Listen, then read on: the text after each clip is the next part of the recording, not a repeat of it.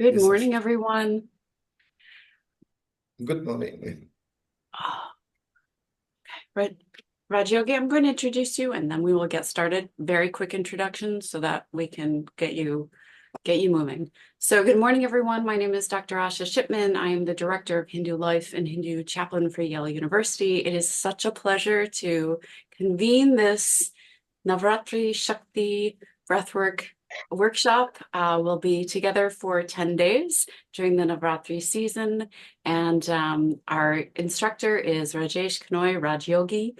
And I'm going to turn this over to Rajyogi. But one thing I do want to share is from knowing Rajyogi and understanding kind of the idea behind his work. Rajyogi has a firm conviction that to breathe better is to live better, and he aims to empower people to do so through his breathwork teachings. So I hope that you feel this infusion of energy through the breath.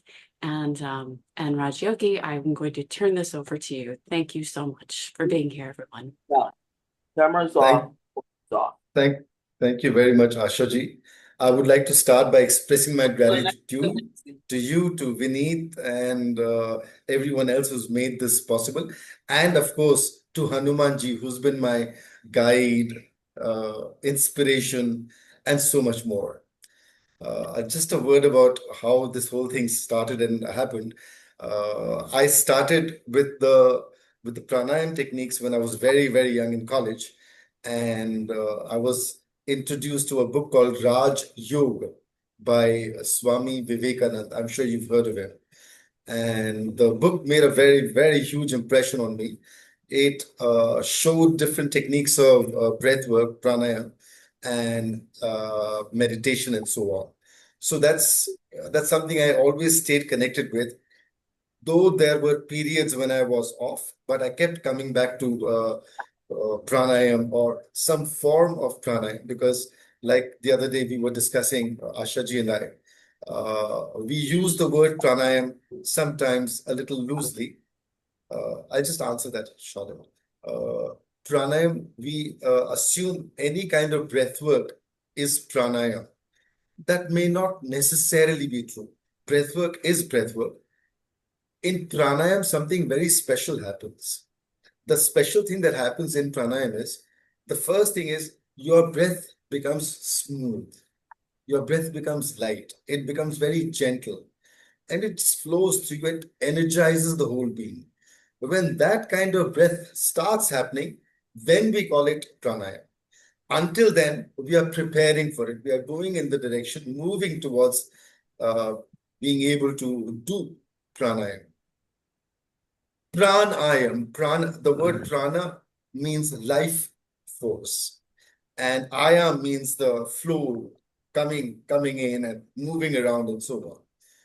So our body, the human body, is a very unique mechanism, if I can call it a mechanism at all, but it's a very, very unique thing. And uh, prana brings in many different kinds of energies. There is thermal energy, there is kinetic energy, there is electromagnetic energy, and so on. So there are many different kinds of energies, chemical energy, and so on. And the prana brings all that into our system. Unfortunately, especially in today's world and age, the breath has become a victim, if I can call it that, to the surroundings, to the environment, and to our lifestyle. Most often, most people are unaware how they are breathing, what their breath is doing. In fact, most are not even aware how they are breathing. They have very little breath consciousness. In all my programs, I aim to make people understand that they need to connect with their breath. Because once we connect with the breath, see, the breath happens in the present moment. When we are connected with the breath, we are in the present moment. Our attention is on the present moment. Otherwise, the mind is either in the past or the future. And therefore, we have all these kinds of mental issues, challenges, and so on and so forth. So the moment we start focusing on the breath, we are immediately brought into the present moment. And that itself can solve many of our challenges. Because in yoga, there is a very interesting phrase. It's the second statement in the book called Yoga Sutras by Patanjali, who is the author or the much more than the author actually. He is the exponent of yoga. He says in Sanskrit, yogas chitta vritti nirodha. Yogas chitta vritti nirodha. What it means is yoga is that which helps the mind stop its fluctuations.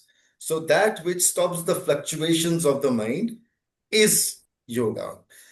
In yoga, the aim of yoga is to unite one with what? With the higher self. If one thinks of God, fine, but the higher self, which is there inside us.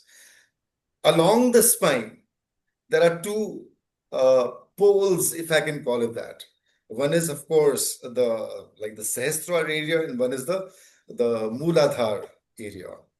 The energy moves between these two poles. The faster, the closer, the easier we are able to move energy to the higher pole, the more we become connected with the higher self, the true self. The energy at the lower pole that activates our ego consciousness. Ego is the sense of separateness. The higher self is the sense that unifies. Therefore, when energy starts going up towards the Sahasrara, the crown chakra, one begins to feel, not just feel, experience a sense of oneness. Because after all, we are part of this one great whole thing called the universe. You can call it by many names. Call it God if you like, or whatever. Your higher self. As long as this higher self is present in the body, everything functions. The heart beats, the blood circulates, the food is digested, all the functions of the body happen as long as there is this presence of the higher self, which some may call the soul, some may call the Atma, or whatever. The presence of this Atma, soul, higher self, is what causes life to happen inside us. However, if I think of it's not the higher self that is in control. It's the lower self or the other self, the ego self that says I. Whereas the ego self is just a shadow. It's not the real me. Yet in all of us, it's the ego that, calls the shots, so to speak. Yoga attempts to move this energy higher so that we feel that oneness. And that is yogas chitta vritti nirodha. That means getting the mind to lose its fluctuations or its tendency to, do the various things that it does and the drama that it creates. Breath work. What does breath work do? If you focus on your breath for a moment, and I'll ask you to do a couple of things to take note of what happens then. Uh, okay, let's start with that, in fact, now. I want you to just, for a few moments, focus on your breath. See how your breath passes through you, how it starts, where it starts, what is the pathway that the breath takes, where it goes, and how it comes out. Just focus on that for a few moments. Take a few breaths if you like. It doesn't have to be just one. And then we'll take it from there. Yes. So in the meanwhile, Charlotte asked, can you share the name of the book? Yeah, the name of the book somebody else has answered. Raj Yog by Swami Vivekanand. Yeah, Asha ji has written that. Yeah. Raj Yog by Swami Vivekanand. Just be with your breath. Focus on how it moves through you.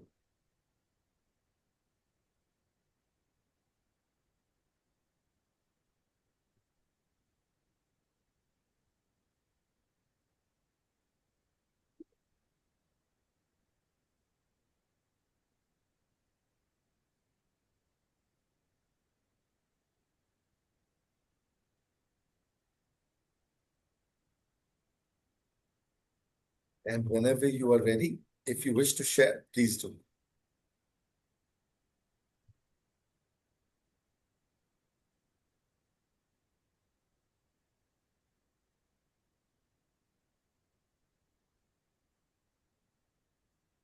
Everyone has observed and is comfortable sharing. Please do.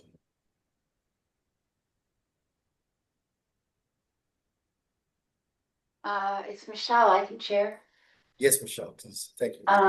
Well, I'm sitting on the cushion that you recommended, so thank you for that. And I feel like what that did was kind of expand my. I just feel expanded with my breath. Oh, that's Uh, wonderful. as I'm observing it, like I can feel it moving up and down, and just like it just feels very loosening and expanding. Nice. So the pathway is it enters through the nostrils and then Yes. can you follow the path? Can you When see I how it goes? nostril it goes, I feel like it goes into my nostrils and head and into my whole throat and belly. Okay. So you feel Feeling your that. breath till your belly. Okay. Okay. Very good. Very nice. Anybody else? Thank you, Michelle. Anybody Thank else? you. Thank you. This is Iman. Yes, So I ma'am. try to fo follow it, but I get stuck in my brain because I feel like the breath is like when I inhale, I feel like it gets stuck in, and even though I'm committing the act, I'm feeling like I don't know, like a weight or something in my brain. Okay. So you're not able to see the path that it's taking from the nostrils. It seems to move upwards and then it kind of stops or gets lost. Okay, no worries. We'll find a solution to that. No worries. Thank you. Anyone else? Yes, please. Ishwari. Um, I feel that I cannot take a full breath. I can feel the breath. I'm asthmatic, so I guess it's a little hard. But what I do notice is if I sit with my spine erect, the flow is much better. Very good.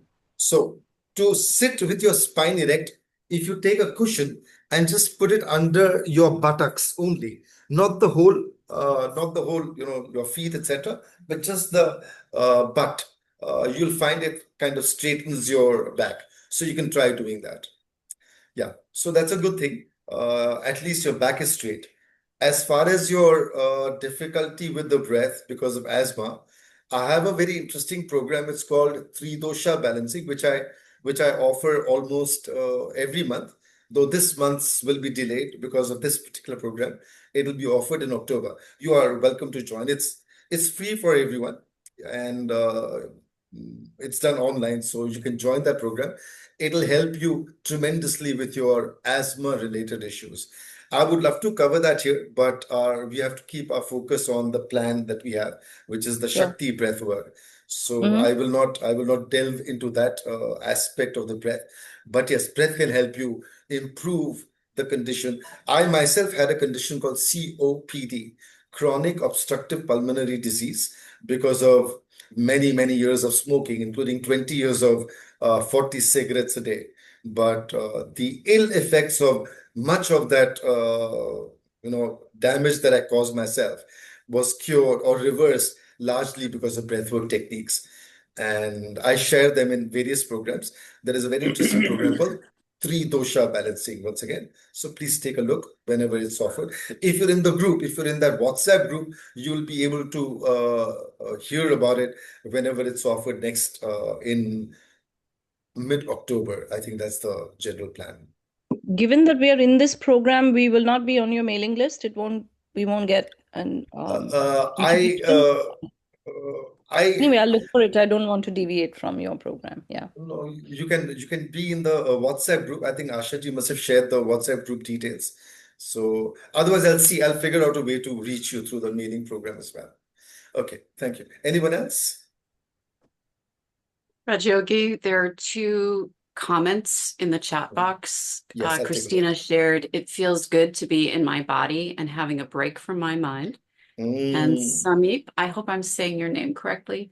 I feel like my breath is really shallow. I can barely feel to my belly only. So it looks Okay. like we have some good practice here for moving Mm. our breath out of our headspace and down into the body. Yes. So to answer Sameep, and it feels good, so that's okay. whenever there is any kind of stress in the body, the breath will tend to stop. Maybe you feeling it till the belly, which is not bad actually. Some feel it only till the chest, and so on. So that's very, very shallow. If it's going till the belly, it's not that shallow, because many people barely feel it till even their chest. So you're doing pretty good. Though of course, you can also feel it going down till the base chakra, the Muladhara. And some of the practices that we do here might help you feel your breath a little lower as we go. Earlier, Asha ji has shared a video about belly breathing. I trust you all have started with the belly breathing, because if you have, it'll help you get into the parasympathetic. I hope you've seen the video first, and it explains in detail why belly breathing is important. If you've seen a newborn baby, if you have a newborn baby at home, you'll notice that the baby's belly moves up and down when it breathes. It doesn't do it, it just happens. That's belly breathing. That's the way Mother Nature or the Divine Mother trained us, taught us to breathe. And that's how a newborn baby breathes. The belly automatically rises and falls as we breathe in and out. However, as we begin to grow, something begins to change. And the one thing that begins to change is the stress. Whenever there is any stress, if you've noticed, you feel a certain tightness in the belly region. Have you noticed? Has anyone observed that? Anger, any kind of upset, any kind of low feeling, or any kind of a negative emotion generally feels a little tight in the belly area. Have you noticed? Has anyone noticed? Please do answer. Christina says with a thumbs up. Yeah, Christina, thank you. Yeah, you noticed that. Very good. Chris, what as well? Okay, Manisha. Okay, very good. So this tightness that happens is because when we breathe, we have a muscle just below the lungs called the diaphragm. I'm sure you're all aware of that. The diaphragm, when the diaphragm relaxes, it pushes the belly outward. And when the diaphragm moves up, it empties the lungs. So that is what the diaphragm does. In many ways, it plays a very central role in the mechanism of breathing, in the process of breathing. So whenever we are stressed, a certain tightness takes hold of the diaphragm, and the diaphragm does not move the way it should. Therefore, we don't feel the movement. We don't observe any movement in the belly. Instead, we only feel the movement in the chest. If you feel, if you're stressed, you will notice that your breath is only till the chest area. But when you are relaxed, you may feel your belly, you'll feel your breath in the belly, and sometimes maybe even lower if you've trained yourself. So belly breathing helps you to get into what is called the parasympathetic nervous system. I'm sure many of you are aware of that and are fairly familiar with the concept. Our body is run by what is called the autonomic nervous system, which has two parts, the sympathetic nervous system and the parasympathetic nervous system. I don't want to go deep into this because it's been explained in detail in the video, and I trust you have seen the video. Nobody said yes, so I don't know whether you watched the video and practiced or not. But if you have, that's wonderful. If not, we still have a little time. I would have loved it for you to start a week earlier with the belly breathing, but even so, even now is better than nothing. So please do watch that video. I think Asha ji has already shared the links with you. Go through it. It's a little long, but it goes into detail why belly breathing is necessary. So when we belly breathe, it's not about pushing the belly out. It's not about doing belly breathing. It's about letting belly breathing happen. Just letting it happen. And one simple technique that's shared in the video, I think I showed you just now. I have a little thing here I can lie down on, and I'll show you how to lie on your back. I hope you can see at least my knees and part of my back. So if you fold your knees, let your knees point to the ceiling. Hold this posture for a few moments, a minute or so. you will notice that the belly moves up and down on its own. That's low. That really bad. You can try. If you have a yoga mat handy, you can try that. Please lie on your yoga mat and see how your belly moves up and down. Empty stomach, which.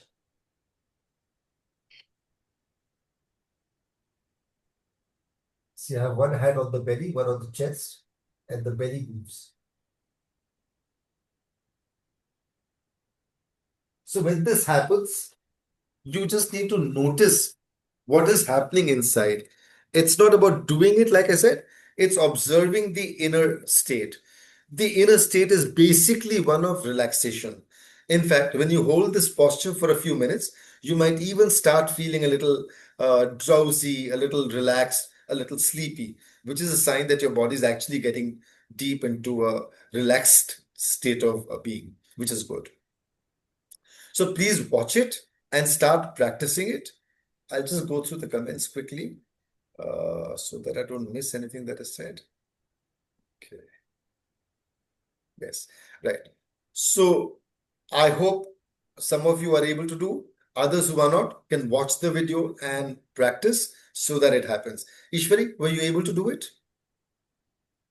It's happening. Belly breathing is happening. Yes, though I can understand the movement that needs to take place, but I guess it will come. It's not coming Yes. fully because Yes. the flow of the breath is not that easy. Okay. So as you continue doing this, allowing this to happen, if you like, you can lie down on your back a few times in the day.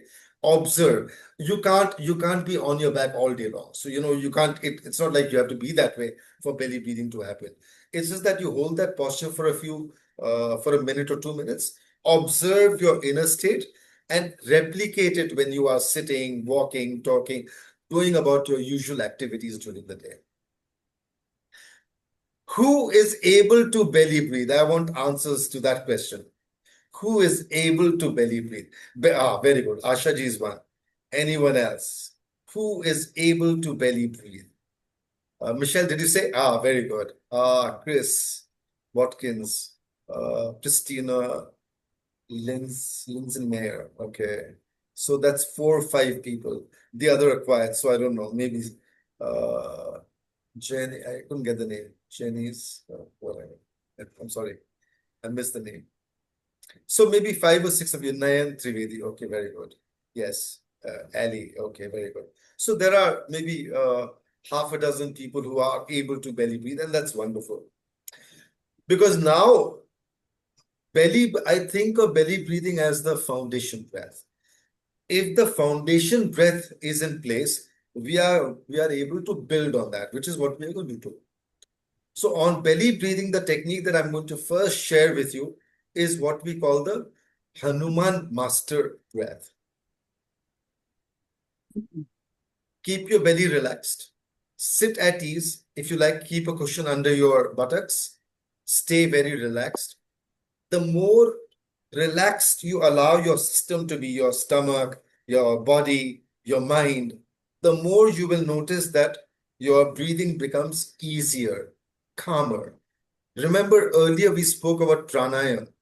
Unless the system is able to get into a deeper level of relaxation, pranayama will not happen. For pranayama to happen, a certain amount of ease, a certain amount of letting go is critical. When that happens, pranayama can happen. When pranayama begins to happen, the effect of your breath is very, very different.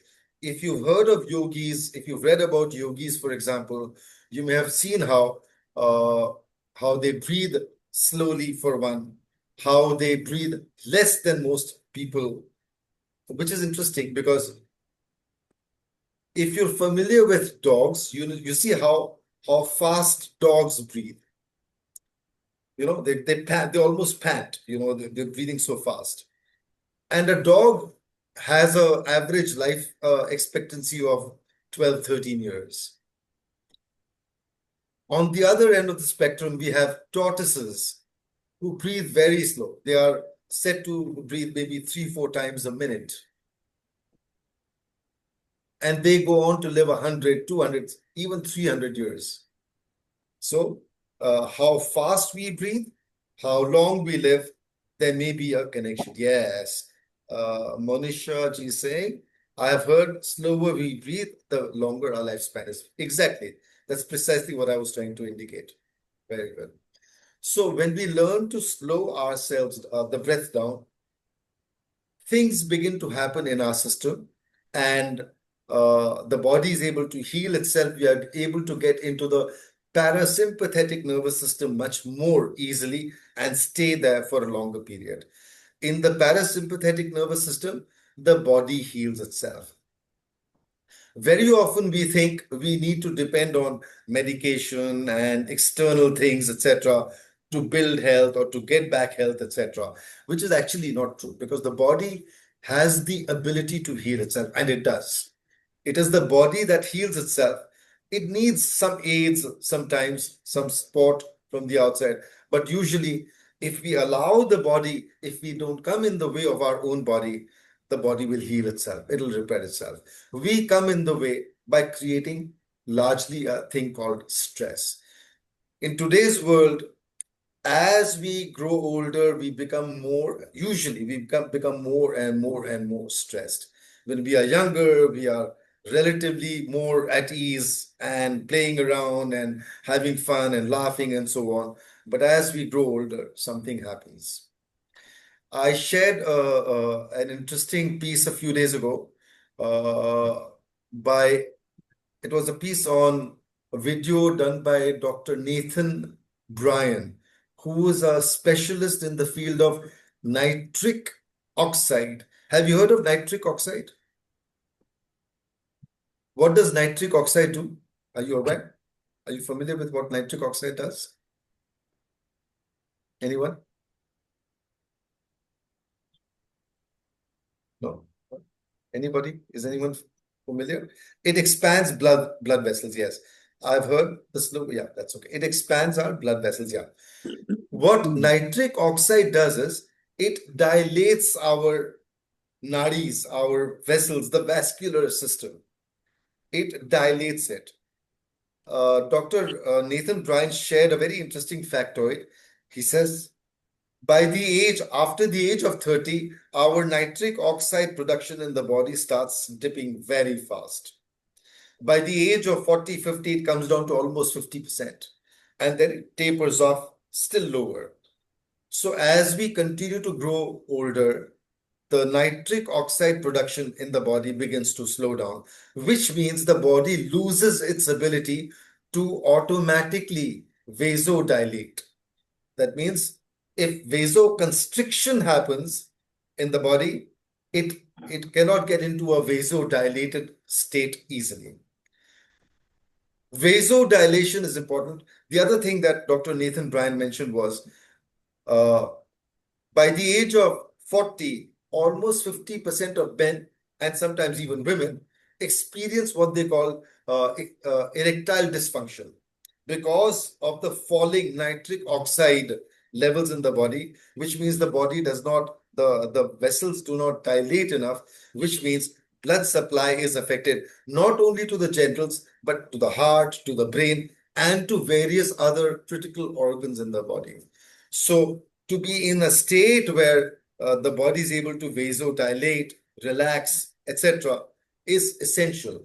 The more we are stressed, the more vasoconstricted we get. The more we are relaxed, the more easily the body is able to get into a vasodilated state. Of course, there are levels of vasodilation and so on. Dr. Nathan Bryan goes deep. He speaks about various medication or artificial use of nitric oxide to help. But if there are natural ways, why do we need to depend on supplements and so on? So understand that vasodilation, in a way, is almost synonymous with the parasympathetic nervous system. Whenever we are in the parasympathetic nervous system, a certain amount of vasodilation happens. Whenever there is a certain amount of vasodilation, we get into the parasympathetic nervous system. I will not say they are both the same, but there is definitely a close association between the two. Vasodilated and parasympathetic nervous system. I'm sure most of you are familiar with what parasympathetic nervous system is and how important it is for our health and well-being.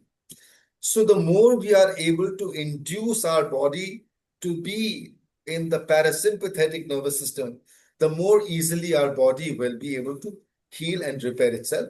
And therefore, it's called the rest and digest system. Whereas the sympathetic nervous system is called the fight or flight, fight and flight, also freeze. You'll notice whenever we are scared, whenever we are in fear, whenever we are in danger, we can either fight or run away. Sometimes we freeze, we're just not able to do anything. So that is what happens in the sympathetic nervous system. Unfortunately, this was a very, very useful thing to have in our system when we were in closer touch with nature. But we moved to cities and urban environments and so on. But this mechanism continues to work inside us, and we allow ourselves to feel threatened or in danger or stressed, and that puts us in the sympathetic nervous system. And therefore, for example, you will notice instances of road rage, and of course all other kinds of rage and anger and angst and all kinds of negative emotions.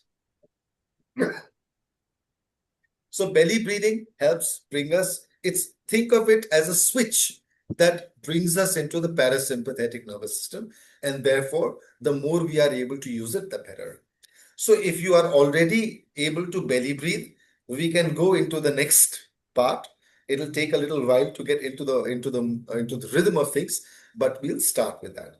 Allow your belly to be as relaxed as possible.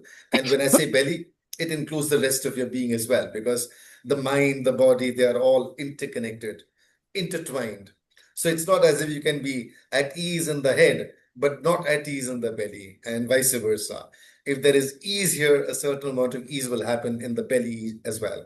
If there is ease in the belly area or in the body, there will be a certain amount of ease in our mind as well, not just the brain. I'm pointing to the head, but basically I'm referring to the brain, to the mind. Sorry. So the mind needs to be relaxed. The body needs to be relaxed. Relax yourself a little. Take a few slow, easy, relaxed breaths. Observe your breath.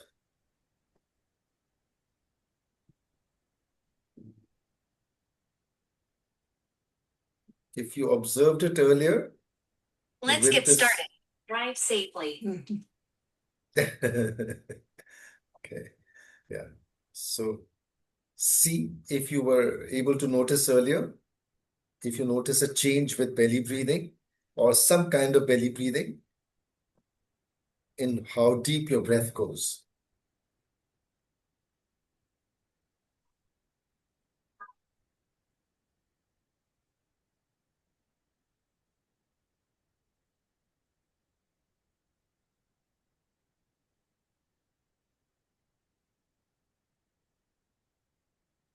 You have anything to report? Please do.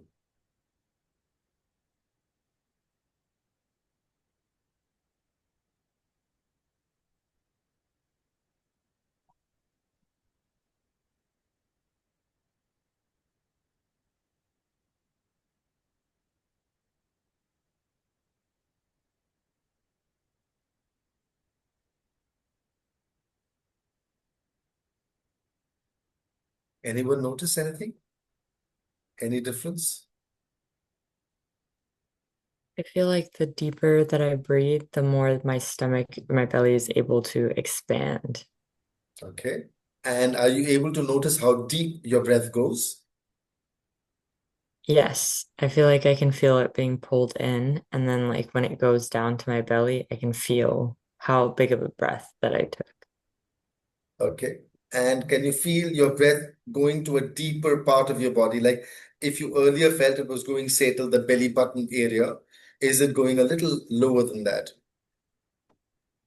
Yeah, I feel like it is going lower Okay, that's good. than that. Very good.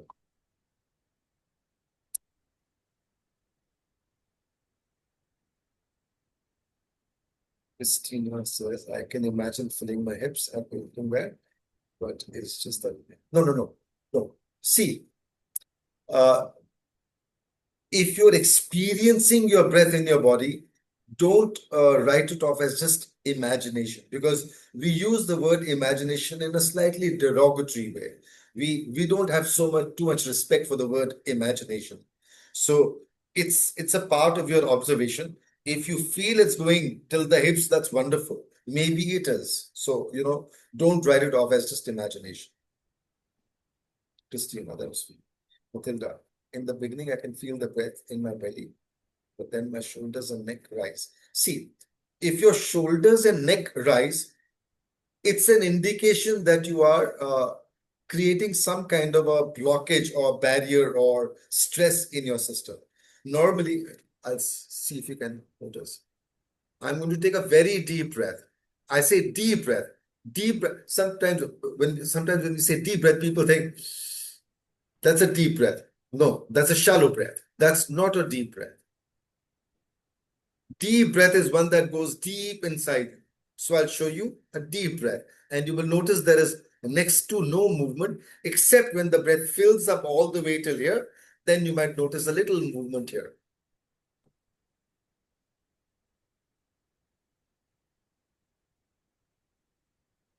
Once again.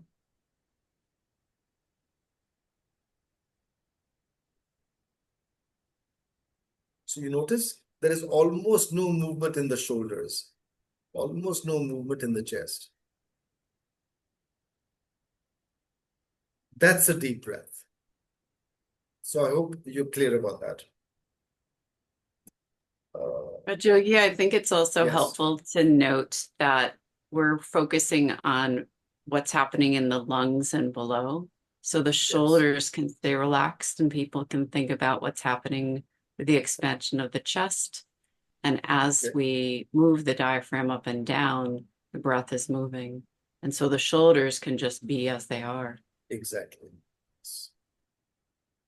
So again, in the future, if you ever have to do a deep breath, please remember, it doesn't mean you, no, that's not a deep breath. That's a shallow breath. Okay, very good. So be in that belly breathing mode. Let your system be relaxed. So we can go into the next part of the breath. After you've taken a few breaths, a few cycles of breath, slow, easy, deep, relaxed breaths. So if you keep your belly a little more relaxed, you will find the breath eases a little more. Just allow your belly to be a little more relaxed than before. And you will feel the breath goes a little deeper. You will feel you're able to breathe a little more as well.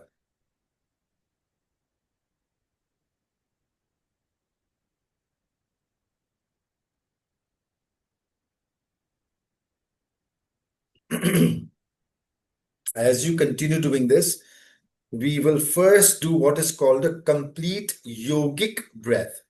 When we do a complete yogic breath, if you see like a pot, when you fill the pot with water, the water goes down to the lowest level first, and then it gradually fills up all the way till the top. So let your breath also go as low as it can go. Keep your belly super relaxed or a deeper level of relaxation than earlier.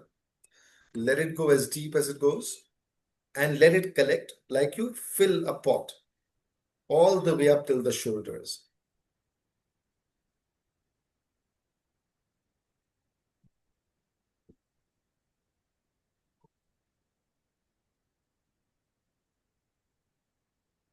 It's called complete yogic breath. But there are some more parts to this. We'll get to that. Let your breath fill And now as it fills, and when you need to exhale, bring your attention. Hold your breath for a moment if necessary. Bring your attention to the end of the tailbone. The tailbone is the last bone at the end of the spine. It curves gently inside and ends just behind the anal opening. So bring your attention to the tailbone after you've taken a full breath and allow a gentle exhale from the tailbone. You will feel as if your breath is moving out through a new pathway. Take a slow, full, deep breath, like a complete yogic breath. Hold your breath for a moment. Bring your attention to the tailbone. Allow the breath to leave very gently from the tailbone. You will feel the exhale. The out breath is going through a new pathway. When that happens, please give me a thumbs up or let me know and talk about it.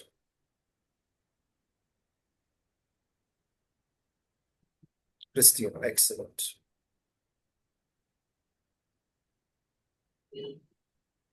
Shivani, wonderful. Chris Watkins, excellent. Jenny Rose, is that how I say it? Jenny Rose. Yes, it's Janae Okay. Rose. Jenny Rose, thank you. Raji, excellent. Ali, wonderful. Excellent. Tam, I missed the name, Tam something. Ishita, very good. Wonderful. Excellent. Anita, Luz, oh, wonderful. So many of you are able to do this, and that's so excellent. Do this a few more times. Take a slow, full, deep breath. Iman. Thank you so much, Iman. Yeah, very good. Take a slow, full, deep breath. Bring your attention to the tailbone. Allow a gentle exhale. If you do a full exhale, you will miss it. But when you allow that breath to leave gently, you will find the pathway at the tailbone. This will feel a little different than your exhale that you do otherwise, that you normally do. Ishwari, are you able to catch it? No? I have a question. Can I ask? Yes. Yes, please. So in the exhale, the exhalation or asking for the breath to leave from the tailbone is part of the same exhale of the original breath. Yes. So that means I take an inhale and then I exhale, then I pause, and then so that means No. no. After you've inhaled, hold it for a second so that you can Right. take your attention to the tailbone. Allow Okay. the exhale from the tail.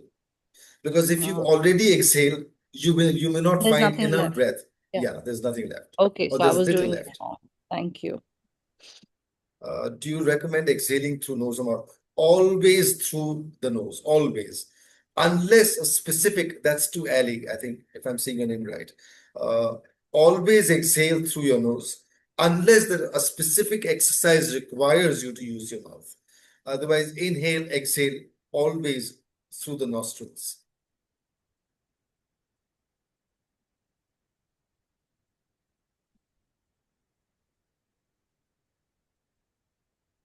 Now I experience it after this Wonderful. exhale. Excellent. So very glad to see that most of you, or at least more than 50% of you, are able to experience. If someone is not able to do it, and if they want to share what their experience is, maybe I can guide you a little more, because I want everyone to be able to do it. Because whatever else we do in the future, in the days ahead, in the time ahead, will require you to do this.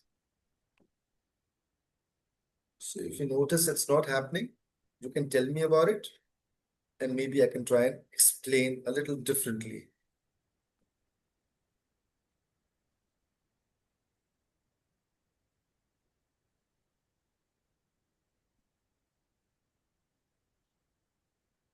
Matilda, Sameep, Ravinder, Anita Vasudevan. I didn't see your names. loose gutter, I don't think you experience that. Manasa. So if you're having difficulty with that, tell me so I can guide you. Michelle, what about you? Are you able to sense the breath through the tailbone? Oh, very good, very good. Okay, loose, excellent. Very good. Because I don't want anyone to be left behind as we go deeper into the program. And this is one of the essential things that will be required in the days ahead. Monisha, Chakdar, what about you? Any awareness? Oh, great. Very good. Thank you. It was very subtle, so I'm not sure if I felt it. Anita Vasudevan. It is subtle. And if you feel the breath is different, Sameep, very good. Thank you. If you feel it's different than your normal exhales, it's a sign that you are accessing your Sushumna Nadi. When you are able to channel your out breath from the tailbone, not just the out breath, even otherwise, when you're able to access the pathway through the tailbone, it means you are now beginning to experience a little bit of your Sushumna Nadi. According to the ancient sages in India, the body has something like 72,000 nadis. They knew a lot, not just about the human body. They knew a lot about even the universe and the stars and so on. So they knew, and leave it at that. We can get into questions of how did they know, how do they count? Because the nadis are not like they're not like physical things inside our system. Nadis are more like subtle pathways. And the one example I can give you to give you some sense of what a nadi could be like is, for example, when it rains, for instance, you find how the water finds a channel for it to move. When there is almost no rain, obviously you can't see the channels. But when there is enough rain, you find that the water finds its own channels. Those channels are like the nadis. When there is enough energy in our system, the pathways that the breath or the energy takes to flow through the body, those are the nadis. Sushumna is the single most important nadi in our system. It is an integral part of the central nervous system. Central nervous system is obviously central to our, not just to the nervous system, but to all the functions in the body, because it is the central nervous system. So it's the Sushumna Nadi along the spine and, of course, the brain. This together comprises the central nervous system. The more we are able to access the Sushumna Nadi, activate the Sushumna Nadi, clear and cleanse the Sushumna Nadi, the more we are able to improve and activate, if I can say, the whole system so that it functions at a higher level of efficiency. If your central nervous system is functioning well, you will see benefits in all aspects of your life in some way. To some extent, you'll see differences there as well. So activating the central nervous system via the Sushumna is very, very, very important. As you begin to allow the breath to move through the Sushumna, you are beginning to access your Sushumna through the tailbone.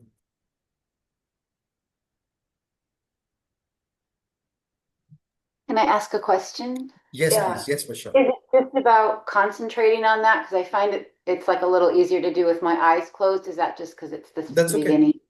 Perfectly all right. You can keep All your it eyes takes is closed. okay.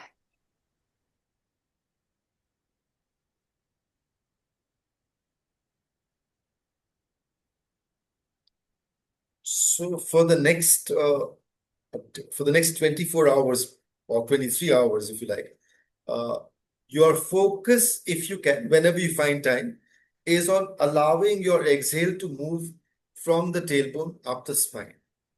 This is going to be a practice along with belly breathing for the next 23, 24 hours. today is the first day of Navaratri. So we will also do a little bit of chakra activation with breath. And though it's still very early in the thing, but you will still get some clarity, maybe some effects of what we do.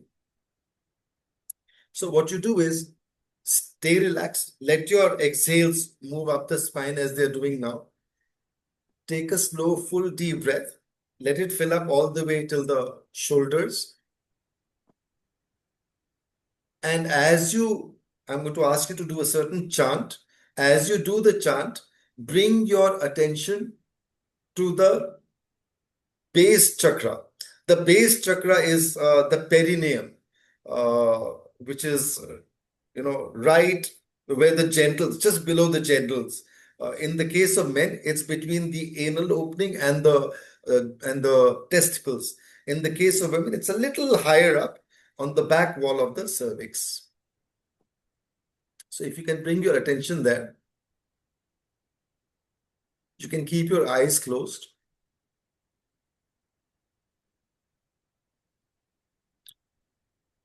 Focus on that general area. Visualize four petaled, like a flower has petals. Visualize a four petaled lotus, if you want, flower. Bring your attention there.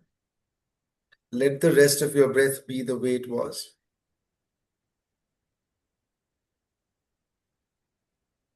Red colored flower with four petals.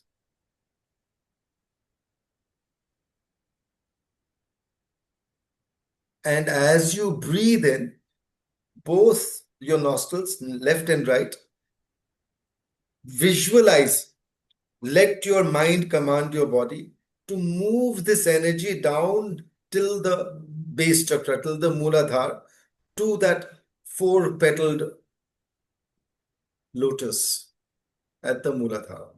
So you will get a feeling that there is a flow of energy, Ila and the Pingala. That's how it's called in Sanskrit.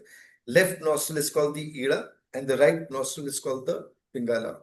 So as if these are two like negative and positive currents that are flowing through your system, going all the way till the Mooladhara, base chakra.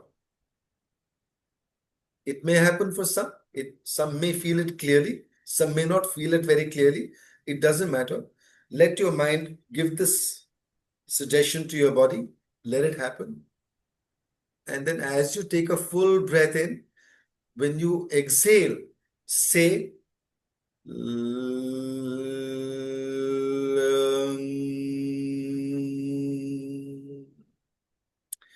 so L-A-M. The word is L-A-M. You may pronounce it lum, lum, or you may pronounce it lung. I love to combine both and say it starts as and goes on to So I like to say lung.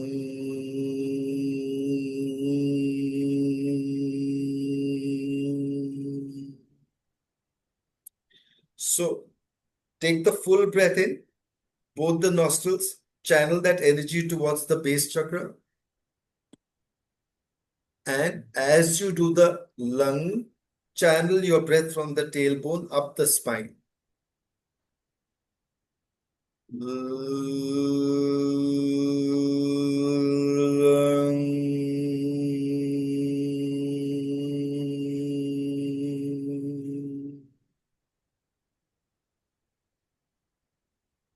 Once again, slow, full, deep breath. Visualize the four-petaled lotus, yellow colored.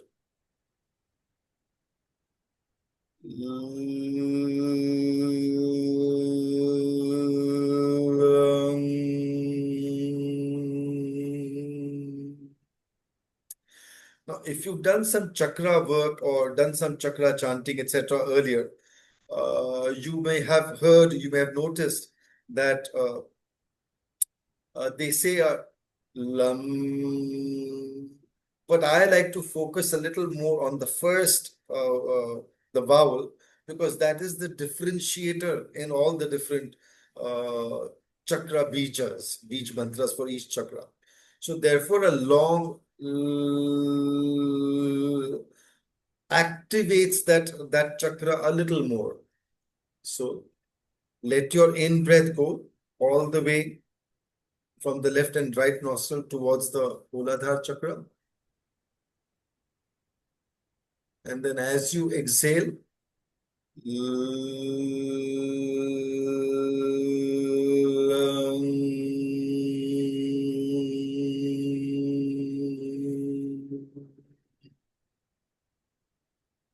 do it at your own pace.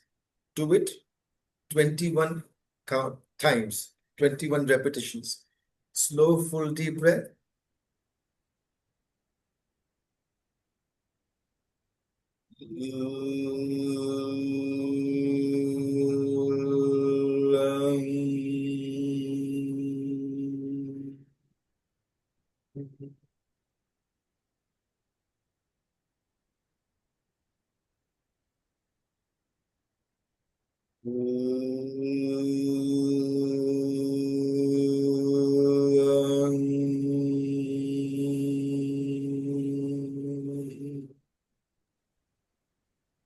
I have a question.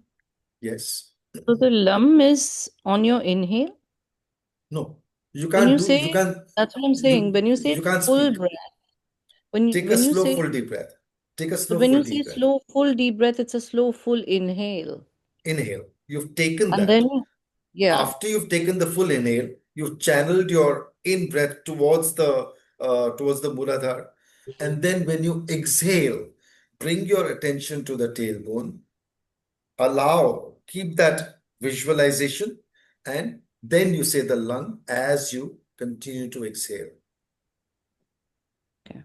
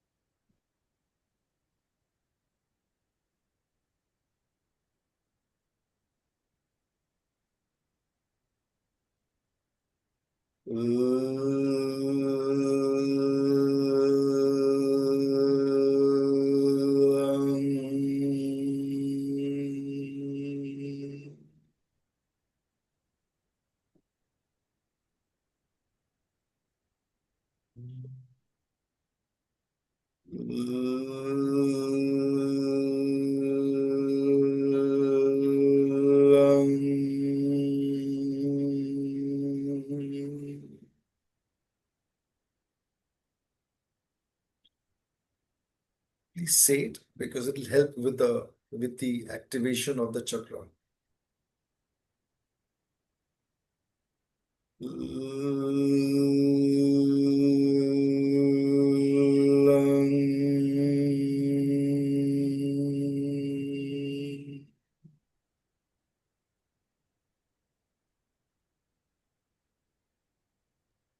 Rajogi.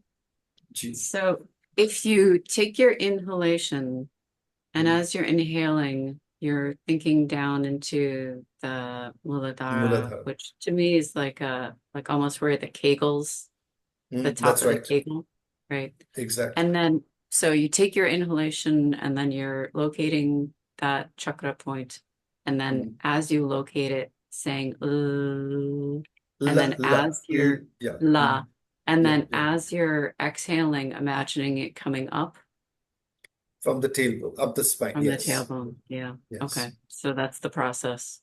That's And the process. Yeah. the lotus is at the Muladhara, The lotus is at the and Muladhara. then Yes.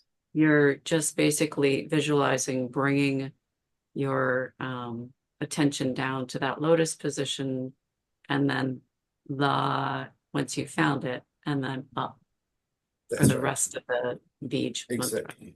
Yes, exactly.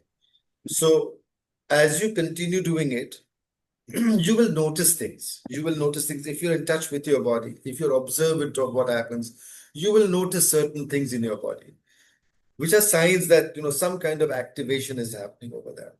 The more we are able to do this, whatever is kind of obstructing the flow of energy to the chakra will begin to slightly melt away.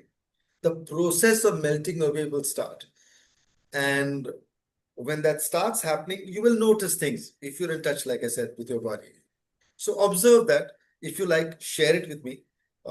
If you're in the WhatsApp group, that's wonderful.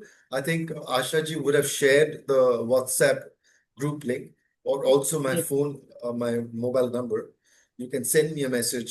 If you like, you can send it in the group, or if you like, you can send it to me as a TM. Both fine, no problem. We can stay a little longer if you like, or if you have something to do. Yeah, so do you have to look for? Yeah, sure. Thank you so much. Yeah. If anyone wishes to leave, that's okay. If anyone has any questions, anything to ask, I'll stay a few minutes longer so that your answers, your questions are answered. Now, as we're composing questions or exiting, Rajyogi, thank you so much. This has been a Thank you so beautiful much. hour. I know there was a lot to teach us today. Yes. So hopefully in reviewing the video, folks will have a moment to really try to Yes. inculcate and absorb Yes. these exercises, because they're complicated. But thank you so They're much for not. this. Yeah, it's a lot of coordinating, right? A lot Okay. of Yes. coordinating. Yeah. Yes. So, Initially, it feels a little. yep. And so we will send the link to the video in the WhatsApp thread. I will send it out through the email Excellent. thread for those who are not on WhatsApp, and Mhm. any other questions you have, you can you can bring them tomorrow. You Mhm. can put them on the WhatsApp thread, or you can email me and I will field them and send them to Rajyogi. All right. I That's hope fine. everyone That's has a wonderful. beautiful day. Thank you so Happy much. Navaratri, and Mm. may the day flow. Thank you. Thank you Asha, so much, I just have Asha a ji, for quick making it question, up. Asha. Yes. Yes, Yeah. Michelle. Oh, sorry. Oh, well, on Tuesdays and Wednesdays, I have to leave for Mhm. my clinical at 7:30. Are you going to record the class and send the class too? I can do the other half an hour. So it will be sent as a link to a YouTube video. Oh, And I see. I will be, it'll go into the WhatsApp thread, but if you're not on WhatsApp, I will still send that link through the same email group that I used to give you the access to the Zoom link today. So you'll get Okay. that. Yeah, It I'm just on may the be a WhatsApp. slightly. Okay, perfect. So you'll get that through Okay, the I'll see you WhatsApp. tomorrow. Thank you Excellent. so See you much. tomorrow. I have a Sure. couple of Thank you. questions. Can I stay, or Yes. is Yes. this Yes. Yeah. Yeah. Please stay. Yeah. Yeah. Go on. So I have just a base question on this full workshop. So would you consider, because you talked about pranayam, right? So would you say that a lot of what you're actually going to be teaching us, even starting from today, is pranayam? No, I just want to it's. understand this because it's breath I'll work explain. and then there's Mm. pranayam, right? I Yeah. just want to get a conceptual understanding of where you place your breath work. So as you continue to do this breath work, and as it continues to cleanse your system, you will find that your breath becomes subtler over a period of time. May not happen within these 10 days, may take much longer for you. I don't know. Each individual is what he or she is. So that may happen whenever it happens. But when the breath starts becoming gentler, smoother, lighter, it has a very beautiful effect on the body and the mind. When it begins to happen, you'll know pranayama is happening. So breathwork is a technique to help clear the pathway so that pranayama can happen. Let me put it this way. Okay. So just to understand that, so the techniques that we will learn with you over these 10 years, even, I mean, 10 days, even starting today, Mhm. is really setting the setting. It's really It's setting the clearing the stage path. for pranayam. It Yes. is setting the stage for. It's doing the things required so that pranayam can begin to happen more easily. Okay, so I had that one. The other question that I had was pertaining to, so we did three things today. One is your belly breathing, then we did the tailbone exercise. I don't know what you call Hanuman Hanuman HMB. master, Hanuman master Ah. breath. So, and the third one is this lum technique, right? So, just a question. So, so if one wants to practice the lum technique, right? You're still actually working, like you're still belly breathing technically. Is that correct? So you're still, your base of everything is breathing Belly from your breathing. belly. Yes. And then you So I call do that it. the foundation breath. Yes. And I guess this is maybe it's me, I don't understand, but my so when you ask us to do lum on the exhale, like in my head, maybe it's like when you do the inhale, it's your breath moving up, and then when you do your exhale, it's your expelling, and so you're moving down. So I guess I found this a little difficult because I have to on the exhale move up, if you know what I mean. Like when you said inhale and Same. then you're doing lum and take your breath all the way Up the up to spine. your. Up the So spine. this is in my head, it becomes a bit counterintuitive, Yes. right? So, The reason is your understanding of your breath mechanism or the channels through which breath flows is whatever you've experienced so far. I am trying to get you to expand that experience, and it'll happen over time. So it's still very early days. Stay patient and observe, and you will notice how things change. I'm sorry, just I one can't hear last you. question. In the tailbone exercise, so I'm taking the inhale, ascension, right? I'm ascending. Then I'm bringing my attention to my tailbone and I'm basically expelling from there. Is that Yes, correct? that's right. Yes. All right. Okay. Thank you so much. Someone said, thank you. I noticed tightness in my jaw, listening, and shoulders are less tense. Wonderful. That's wonderful. Very good. That was from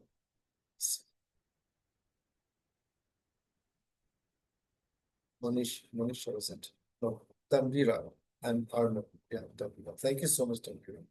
Then Christina said, thank you. I learned and felt new practices. Thank you, Christina. Yes. Thank you. She says it's a wonderful start to Navaratri. Thank you so much. Thank you too, Ayushi. Tilda says, why can't I read? Thank you. Yeah, Manisha, thank you. Sure. Right. Thank you so much. Thank you all. I'll be sharing the link, the video link in the group. So if you're in the group, you'll have it immediately after I post it. And if you're not, Asha ji will share it via email. So you will get it sometime soon anywhere. Thank you so much. Any other questions or shall we wind up?